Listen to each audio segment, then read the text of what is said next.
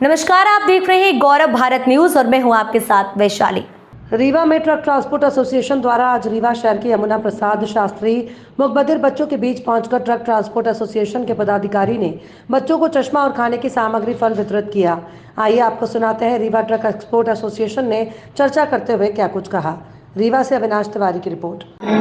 छात्रों को किस तरह के ये भैया हम लोगों को प्रेरणा मिली, हमारे राजा भाई जो हमारे सेक्रेटरी हैं, एक बार हमने उनसे कहा कि अपन कंबल बंटवाया करते हैं ठंडी में साईं मंदिर और शिव मंदिर में।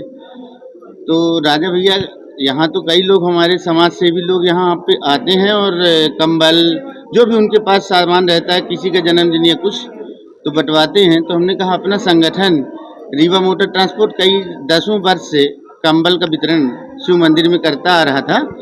तो राजा भैया ने कहा कि मैं वहाँ गया था नेत्रहीन विद्यालय में और वहाँ बच्चे हैं, उनके बीच में मैंने प्रिंसिपल साहब से बात की तो उन्होंने कहा कि अगर आप टोपा और मोजे बंटवा दें तो अच्छा रहेगा, ठंड का समय है। फिर जब मैं आया यहाँ पे और उस समय टोपा और का वितरण कराया और मोजे का, उसके बाद प्रिंसिपल साहब ने हमसे कहा कि अगर आप काले चश्मे का वितरण करा दें हमारे विद्यालय में तो तिवारी जी बहुत अच्छा होगा। तो हमने उसी समय राजा भैया से कहा कि तत्पर आप एक काम करिए, तुरंत चश्मा मंगवाइए और बच्चों को बांटना है।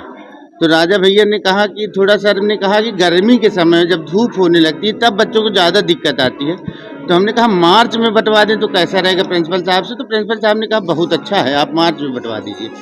तो वो जो प्रिंसिपल साहब ने हमने वादा किया था, उस वादे को आज और हमारे संगठन ने ये कहा कि बिल्कुल तत्परता के साथ आप बच्चों को चश्मा वितरित कराइए उसी सिस्टम से। और मैंने फल फूल, चूँकि पिछले बार भी हमने, चूँकि त्यौहार था, खिचड़ी का त्यौहार चल रहा था, तो उस समय हमने लाई और लड्डू की व्यवस्था की थी और बिस्किट की। इस बार हमने कहा कि चूँकि गर्मी है और गर्मी को देखते हुए फल का अगर वितरण हो जाए तो थोड़ा बच्चों को अच्छा लगेगा, इसलिए हमने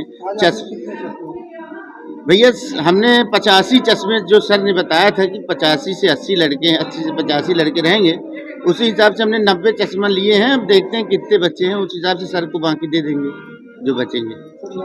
अनिल तिवारी, अध्यक्ष रीवा मोटर ट्रांसपोर्ट एसोसिएशन।